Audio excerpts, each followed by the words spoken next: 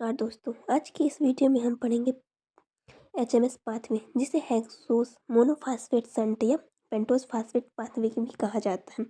ये pathway biochemistry का बहुत इंपॉर्टेंट टॉपिक है। स्पेसिकली NADPH का बनना, राइबोस शुगर का बनना, आरबीसी को ऑक्सीडेटिव डैमेज से बचाना। अगर आप DMLT BSc नर्सिंग या पैरामेडिकल के स्टूडेंट हैं तो ये टॉपिक एग्जाम और प्रैक्टिकल दोनों के लिए इम्पॉर्टेंट है। तो चलिए स्टार्ट करते हैं। तो सबसे पहला क्वेश्चन उठता है कि HMS पाथवे होता क्या है। तो HMS पाथवे ग्लूकोज मेटाबॉलिज्म का एक अल्टरनेट पाथवे होता है।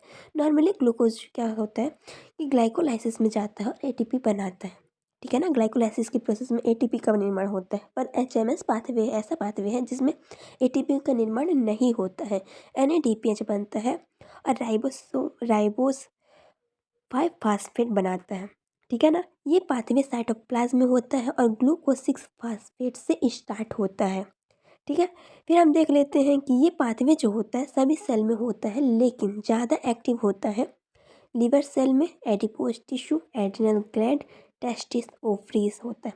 मोस्ट इम्पॉर्टेंट होता है आरबीसी में क्या होता है, तो आरबीसी में ये पाथवे लाइफ सेविंग होता है क्योंकि आरबीसी के अंदर माइटोकॉन्ड्रिया नहीं होता है, ठीक है। अब देख लेते हैं ये पाथवे जो होता है तो दो फेज़ में कंप्लीट होता है। कौन कौन से फेज़ में, तो ऑक्सीडेटिव फेज़ होता है, नॉन ऑक्सीडेटिव फेज़ होता है। ऑक्सीडेटिव फेज़ जो होता है तो इरिवर्सिबल होता है, ठीक है। नॉन ऑक्सीडेटिव फेज़ होता है रिवर्सिबल होता है। अब दोनों की डिटेल समझते हैं। तो सबसे पहले हम देख लेते हैं ऑक्सीडेटिव फेज़।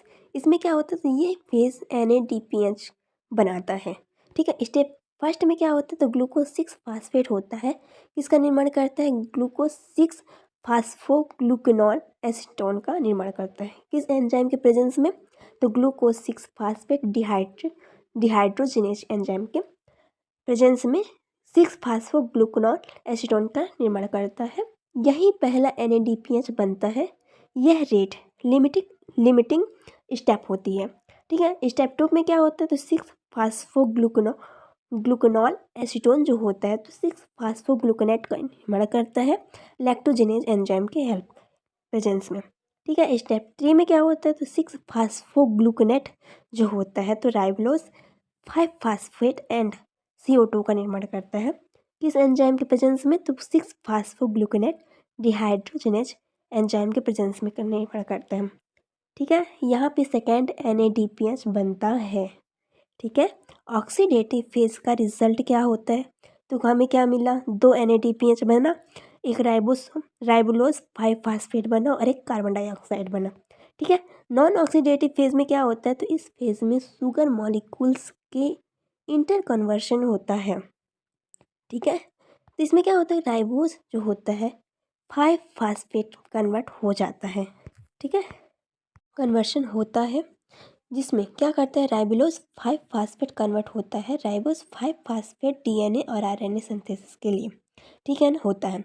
इंपॉर्टेंट एंजाइम कौन कौन से होते हैं, तो ट्रांसकेटोलेज होता है जो विटामिन B1 डिपेंडेंट होता है। ट्रांस एडलोज एंजाइम भी इसमें यूज होता है, ठीक है ना। तो यहाँ प्रोडक्ट कौन कौन से बनते हैं, तो यहाँ फ्रैक्टोज 6 फास्फेट का निर्माण होता है और ग्लिसरल्डिहाइड 3 फास्फेट का निर्माण होता है जो वापस ग्लाइकोलाइसिस में चले जाते हैं, ठीक है ना।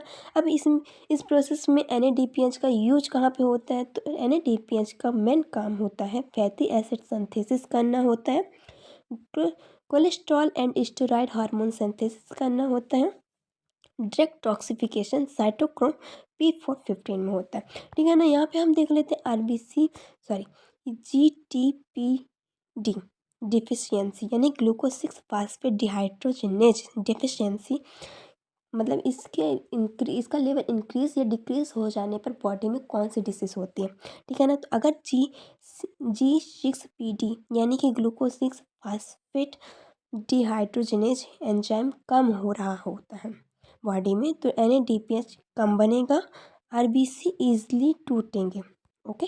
सिम्टम्स कौन कौन से होते हैं, तो जॉन्डिस होता है, डार्क यूरिन होता है और हीमोलाइटिक एनीमिया की कंडीशन जनरेट होती है, ठीक है ना। ट्रिगर्स क्या होता है, तो इन्फेक्शन होता है, फीवर बेन्स होती है यानी कि certain drugs, okay. Exam important point, सबसे पहले तो हम देख लेते हैं also call pentose phosphate pathway. इसे हम क्या बोलते हैं, हेक्सोस सॉरी, इसे also called pentose phosphate pathway के नाम से भी जाना जाता है। ठीक है, यह प्रोसेस कहाँ पे होती है?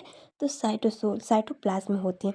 ओके, यहाँ पे रेट लिमिटेड एंजाइम का नाम कौन सा है? तो ग्लूकोज 6 फास्फेट डिहाइड्रोजिनेज एंजाइम होता है। ओके, प्रोड्यूस क्या करता है? तो NADPS एंड राइबोज 5 फास्फेट का निर्माण करते हैं।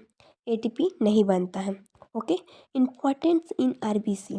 ठीक है, सबसे पहला इम्पॉर्टेंट होता है RBC। ठीक है, कंक्लूजन। आज हमने क्या सीखा दोस्तों? आज हमने सीखा है HMS पाथवे होता क्या है, उसकी फेज़ कितने होते हैं, किस फेज़ में यह प्रोसेस कंप्लीट होती है, NADPH का रोल क्या होता है, और G6PD डेफिशिएंसी यदि इसका लेवल इंक्रीज़ या डिक्रीज़ हो जाता है तो बॉडी में कौन सी डिसीज़ होती है। ठीक है, अगर आपको वीडियो पसंद आए तो लाइक, शेयर और चैनल को सब्सक्राइब ज़रूर करें। धन्यवाद।